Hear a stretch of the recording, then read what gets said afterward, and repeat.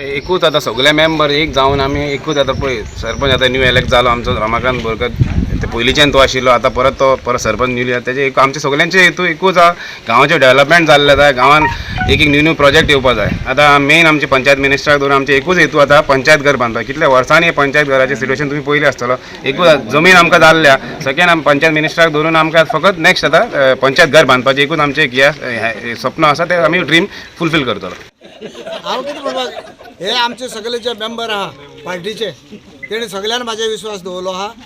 आनी तसोच गांवच्या लोकांचोय म्हाजेर विश्वास आहा ताका लागून हे परत म्हाका सरपंच म्हणून हांगसर अपॉयंट करता.